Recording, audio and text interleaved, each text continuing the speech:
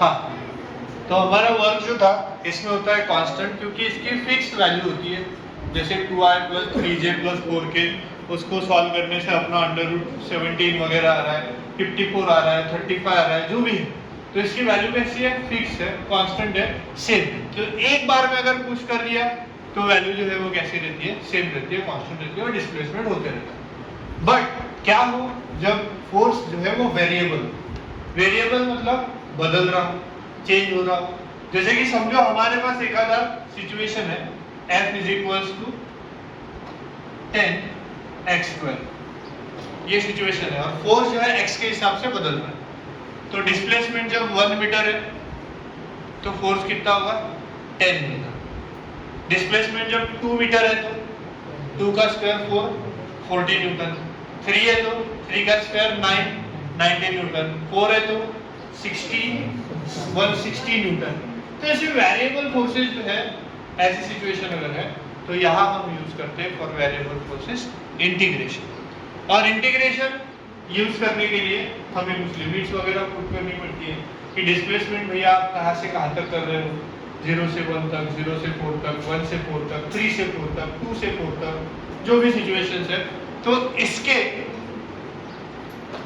मतलब ऐसे सवालों को करने से पहले कुछ अतरंगी सवाल जो आपको पूछे जाते हैं वो ये है कि हमारे पास है एक पुली सिस्टम और इस पुली सिस्टम में इधर साइड में एक बॉडी है और इधर साइड में दूसरी बॉडी। ये बॉडी जो है समझ लो 2 kg की है, छोटा छोटा लेते हैं ताकि आपसे हो जाए बराबर, हमसे भी हो जाए और समझ में भी आ जाए। और ये लेते हैं सर 1 kg, ठीक है। 1 kg और 2 kg की बॉडी लटकी हुई और यहाँ पे लग रहा है टेंशन, ठीक, और यहाँ ऊपर लगेगा टेंशन। दोनों में सेम क्यों लगा? शाश्वत बताओ बेटा, दोनों में टेंशन सेम क्यों लगा? टी ही क्यों लगा दोनों में? मंथन बताओ। कार्तिक, सेम स्ट्रिंग है इसलिए दोनों में टेंशन कैसा लगा? सेम टू सेम लगा। नहीं तो कहीं पे T1 और दूसरे पे T2 लगता अगर स्ट्रिंग अलग होते। तो यहाँ पे हमें निकालना है सर वर्क डन। पहले तो ग्रेविटी की वजह से निकालेंगे और दूसरा work done due to tension निकालेंगे, ठीक है।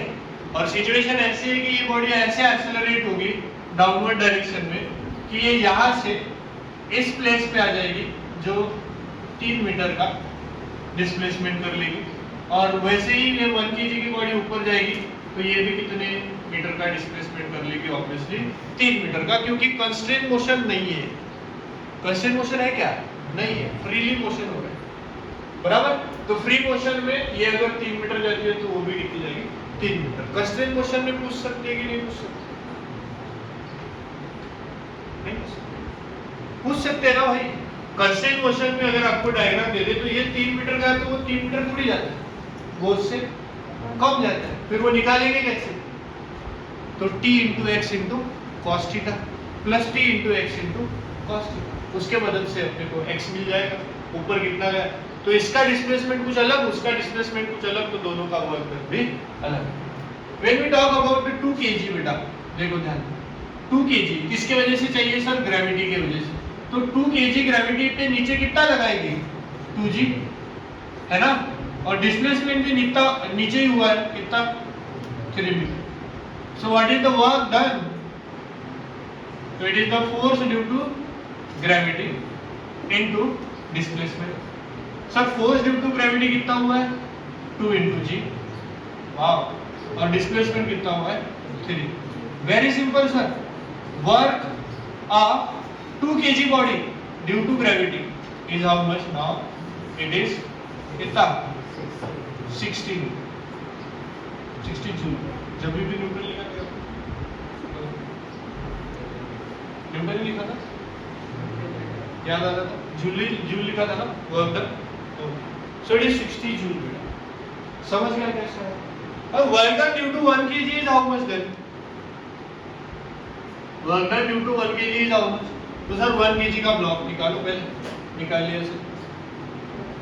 1 kg का ब्लॉक निकाल लिया। कहाँ लग रहा है फोर्स? डाउनवर्ड में। और डिस्प्लेसमेंट कहाँ हो रहा है, अपवर्ड। कितना, ठीक, दोनों में एंगल कितना है, 180, थीटा इज इक्वल टू 180। तो सिंपल जो अपन वहां पे निकालते थे ना, क्या वही टी वी cos थीटा, वही एक्चुअली क्या था, work. T x cos theta, T V cos theta, T A cos theta, वही तो वर्क था। क्योंकि मैंने समझाया था ना कि टोटल वर्क जो है by this tension is always equals to how much, it is 0। Summation of work is always equals to 0।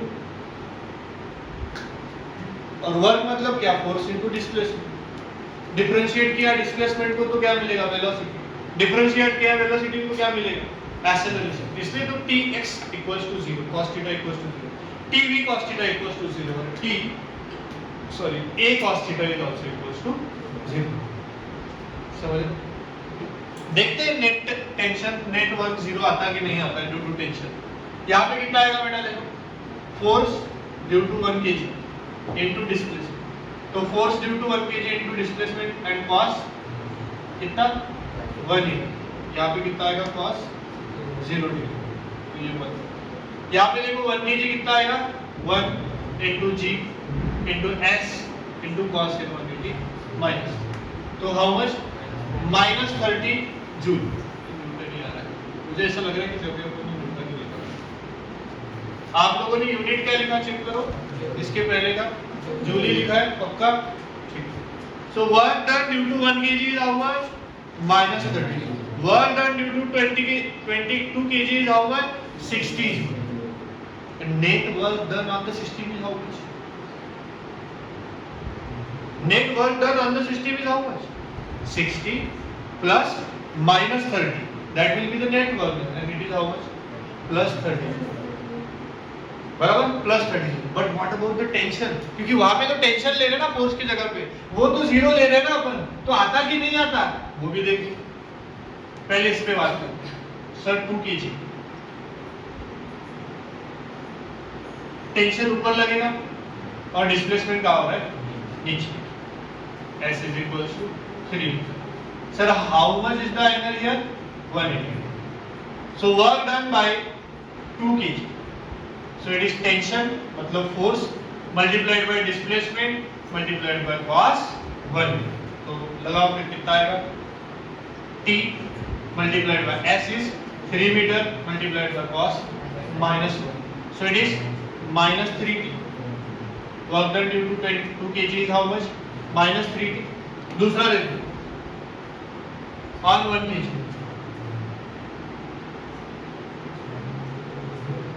1 kg पे कहाँ लगेगा, ऊपर ही लगेगा सर, ठीक है। और कितना है, कितना है डिस्प्लेसमेंट भी, 3 मीटर, तो angle 0 degree. So how much is the work done due to 1 kg then, how much, T है ना, T into S into cos 0, how much, 3, दिखा। So work done due to 1 kg is 3T, work done due to 2 kg is -3T. So the net work done is how much, 3T minus 3T. Hence we are very clear that total work done is always equals to 0 due to the tension, right? But यहाँ पे इतने confidence से मैं इसलिए बोला क्योंकि tension की value निकालने की भी जरूरत नहीं थी, है ना, पड़ी नहीं। बट अगर मुझे टेंशन की वैल्यू की जरूरत पड़ती तो वर्क डन है कितना सर, 1 kg की वजह से ड्यू टू द टेंशन, वो बता, है ना। तो ऑप्शंस में मैं 3 के मल्टीपल ढूंढते हुए तो नहीं बैठूंगा, तो मेरे को एक श्योरिटी के लिए एक नंबर तो चाहिए होगा, है ना। तो ये 4 3 12 भी हो सकता है, 5 3 15 भी हो सकता है, we don't know. So we will follow our natural conditions, normal conditions we can say. How much it is, 2g। नीचे आ रही है ना बॉडी, तो क्या लिखूंगा, नीचे आने वाला फोर्स माइनस ऊपर लगने वाला force is equals to mass into acceleration, बराबर। यहाँ पे ऊपर लगने वाला फोर्स माइनस नीचे लगने वाला force 1g is equals to बेटा मास into acceleration.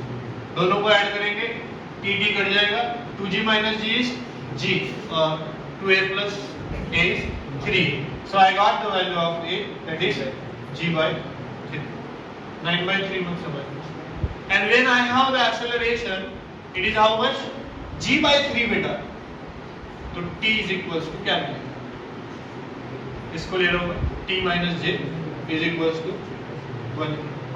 So t is equals to A के जगह पे पुट करूंगा g by 3 minus j उधर पुट करेंगे plus g and we got the value 3g plus j 4g by 3. So this is our tension. अगर tension पूछा तो so we'll put the value of t here. 3 क्या हो जाएगा? Cancel and answer is 4g. g का value अगर 10 रखें तो कितना आ जाएगा? 40. 9.8 रखें तो उससे कम आ जाएगा. So therefore work done by 1g due to the tension is how much बेटा? 3 into t. और t का वैल्यू कितना है? 4g by 3. 3 cancel. So work done by 1g due to the tension it is 40 joule. Work done by 2g will be how much? Minus 40 joule. They will cancel each other. The net force will be equals to 0. अनोखी, अद्भुत और बढ़िया वाली situation है और सब कुछ चीजें देखने को मिल रही है जो भी अपन ने अभी तक सीखा. Just we have to find the particular value, that is work done due to 1 kg, due to 2 kg, work done due to 1 kg, 2 kg of tension, है ना? मतलब टेंशन की वजह से कितना वर्क हो रहा है, ग्रेविटी की वजह से कितना वर्क हो रहा है, तो all the values are different, but same. ठीक है? तो इस तरीके से बेटा हमको वर्क जो है हमारे करते आने चाहिए. और ये चीज अगर हम सीख गए जितने जल्दी चाहे उतने जल्दी तो फिर बहुत अच्छा होगा. और कुछ भी देख लो ना, इसमें से कुछ सीखा नहीं है कि आपको सब कुछ सीखा है ना? आपको वो रिकॉल करते रहना पड़ेगा, घर पे चीजें जो है समझते रहनी पड़ेगी कि हाँ हमें ये पता है, ऑलरेडी सीखा है तो जाके पास हो. अभी तक अपन ने बहुत आराम से जब तक आपको समझ में नहीं आता तब तक किया, अभी भी वही करेंगे, उतना ही करेंगे. स्पीड बढ़ेगी थोड़ी थोड़ी थोड़ी थोड़ी, तो उसके लिए आपको प्रिपेयर रहना पड़ेगा. ठीक है? तो ये क्वेश्चन है. इसी तरीके का एक और क्वेश्चन मैं आपको दे देता हूँ जो आप खुद से करो. ठीक है? एज अ प्रैक्टिस घर पे जाके कर देना. और एक कंस्ट्रेंट मोशन का सवाल देता हूँ. कंस्ट्रेंट मोशन में आप क्या करते हैं, कितना दिमाग लगाते हैं, तो वो हमको थोड़ा सा देखना है. तो यहाँ पे है बेटा 5 kg और ये है बेटा 3 kg और ये डिस्प्लेस हो रहा है यहाँ से यहाँ तक 5 मीटर. ठीक है? और ये भी डिस्प्लेस होगा यहाँ से यहाँ तक 5. तो ये हो गया पहला होमवर्क. दूसरे होमवर्क में हम सब कंस्ट्रेंट मोशन के बारे में पढ़ने वाले हैं. थोड़ा सा इसमें कंस्ट्रेंट मोशन इंट्रोड्यूस करेंगे. तो कैसे कंस्ट्रेंट मोशन इंट्रोड्यूस करते हैं, यहाँ पे अगर मैं इस तरीके का डायग्राम बनाऊं तो आप बोलेंगे सर कि हाँ ये कंस्ट्रेंट मोशन तो है. यार ये है 10 kg का वर्क और ये आएगा 10g की वजह से नीचे. तो ये डिस्प्लेस होने वाला है सर 10 मीटर. ठीक है? और यहाँ पे एक बॉडी लगा हुआ है जिसका मास पकड़ लो 5 kg. ठीक है? तो ये ऊपर जाएगा. तो कितना ऊपर जाएगा पहले तो ये ढूंढना है आपको, एंड देन उसके बाद work done due to gravity. ठीक है? बट एक चीज मैं आपको बता दूं, हिंट दे देता हूँ कि ये जब डिस्प्लेसमेंट आप निकालोगे तो आप अगर कुछ तिगड़म टुगड़म कुछ ऐसा यूज कर सकते हैं उसी लॉ में. क्योंकि आप इसको सॉल्व कैसे करोगे, कैसे सॉल्व करोगे इसको? एक्सेलरेशन निकालने की जरूरत नहीं है ना. डायरेक्ट इसको कैसे करेंगे? t into 10 मीटर, हाँ समेशन से, हाँ t s cos 180, इधर t x cos 0 equals to 0. तो मेरा ख्याल ये है कि वो t s cos थीटा ही क्या है?